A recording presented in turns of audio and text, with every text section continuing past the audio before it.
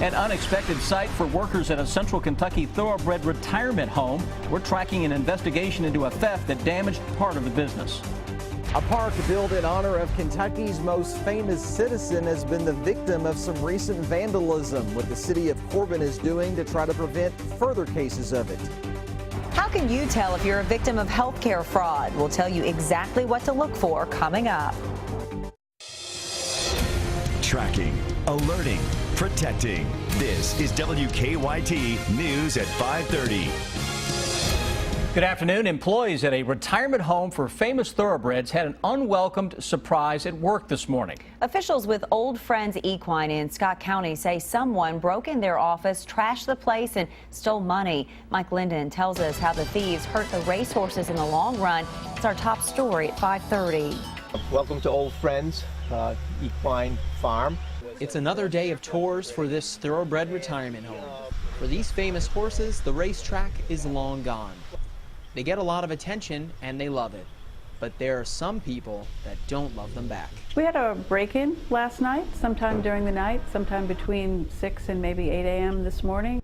We found the door had been kicked in and found the offices just a mess. All of the papers all over the place, drawers had been rifled through, and it was really just kind of devastating to have somebody kind of violate the office like that.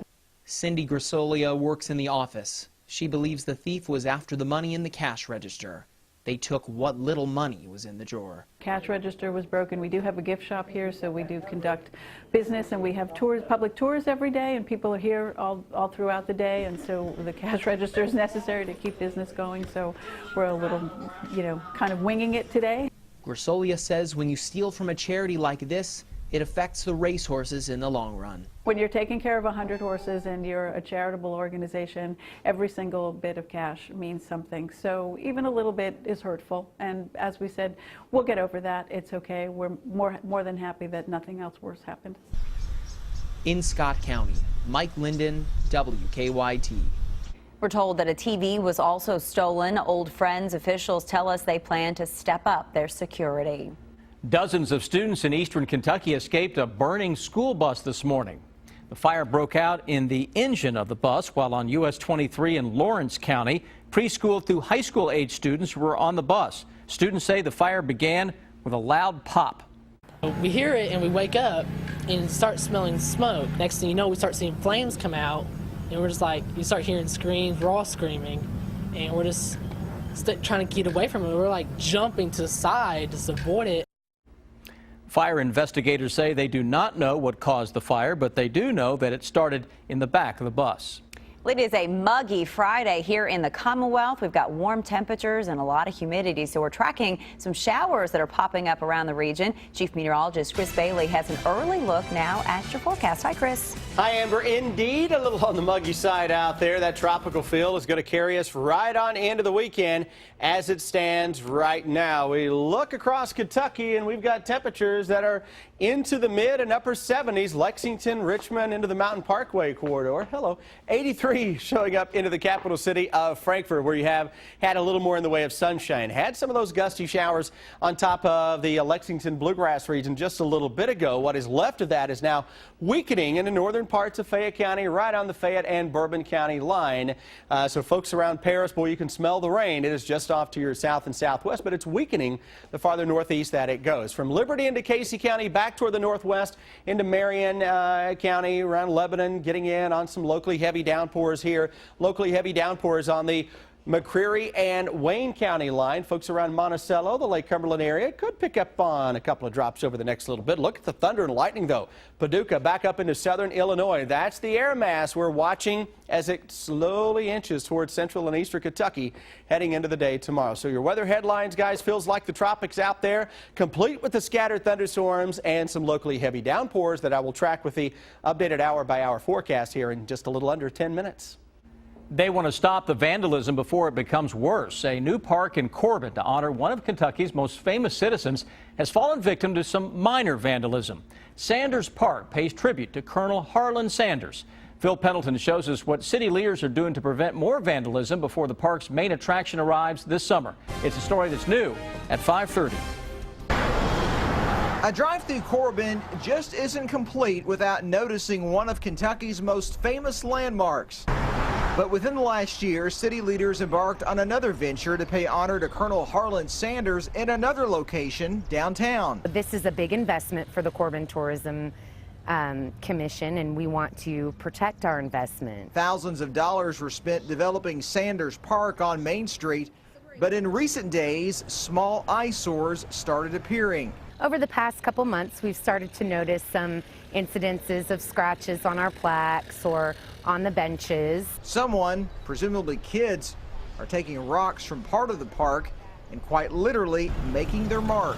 This day and age, you know, a lot of times children are not monitored and things can happen, or people just, you know, come out and find it fun to destroy, it is really sad. So as part of the monument and memorial, cameras will be added. We'll have a camera directly on the statue and then perimeter cameras to catch activity that goes on around the statue. The statue of Colonel Sanders will be unveiled during the opening weekend of the Nibrock Festival in early August. In Corbin, Phil Pendleton, WKYT. We are told the Corbin Tourist Commission is buying 4 cameras, and they will have surveillance 24 hours a day at that park. A woman charged in a Central Kentucky murder case pleads guilty. Our county-by-county coverage at 5:30 begins in Madison County. Sherry Bratton pled guilty to attempted murder, facilitation for murder, and facilitation of burglary. She was charged in the 2011 murder of Zach Flowers and attempted murder of Kevin Price. The prosecution is recommending 5 years. Bratton will be sentenced in July. In Boyle County, deputies are searching for a Central Kentucky man. The sheriff's office says 84-year-old John Mills was last seen in the Chrisman Lane and Highway 52 area earlier today. Mills is about 5'8" and 160 pounds. We're told he was last seen wearing a blue jacket and blue and gray pants. Healthcare fraud is becoming a national epidemic as healthcare expenditures continue to outpace inflation. The problem is getting more serious by the day. But there are ways to determine if you have been caught in a scheme to rip off our healthcare system. Healthcare fraud costs American taxpayers more than $80 billion a year, according to federal officials. Healthcare fraud is not a victimless crime. It's costing taxpayers billions of dollars, but it's also putting people at risk because people are getting unnecessary or possibly unsafe medical procedures that they don't really need in the first place.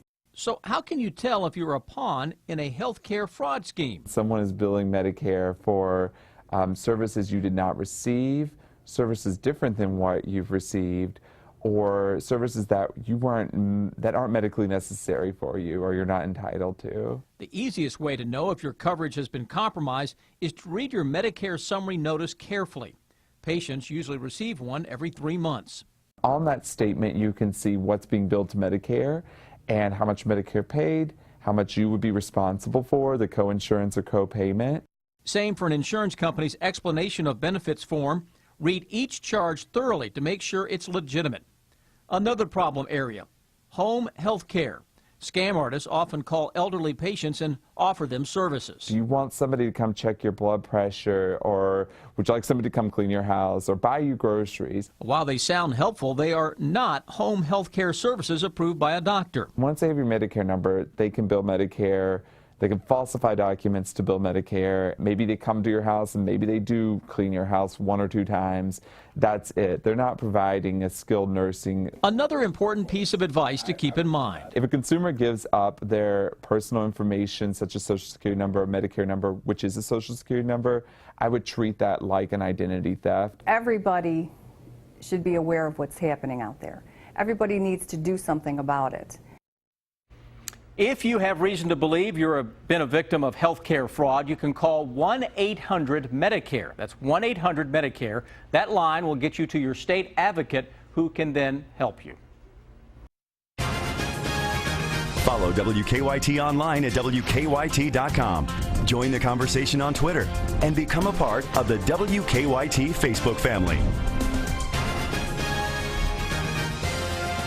It is the last weekend before the May primary on Tuesday, and candidates are looking for some last-minute votes. And one Republican candidate for governor is changing his strategy. Bill Bryant takes a look at the race in the bottom line.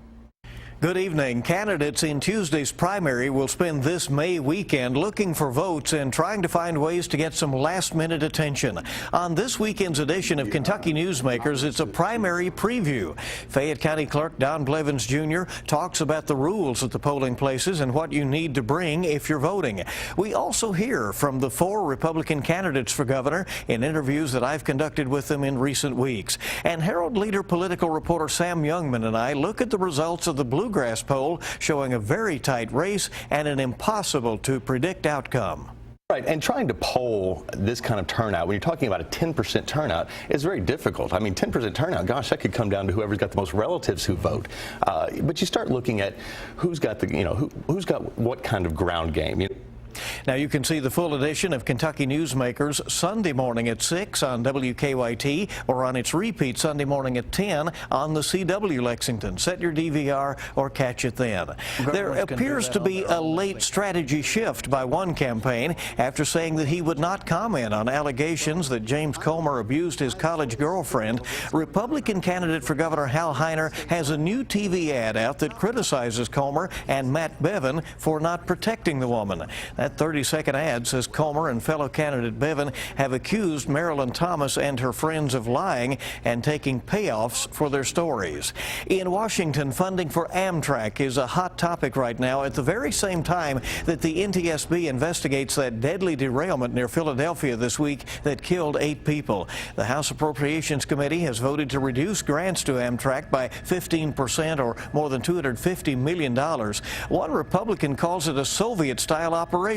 Some Democrats say the U.S. needs to put more money into railroads. Also on Capitol Hill, the House has passed a nearly $612 billion defense bill despite a veto threat from the president who fears it might pave the way for cuts in domestic programs. Bill Bryant, WKYT.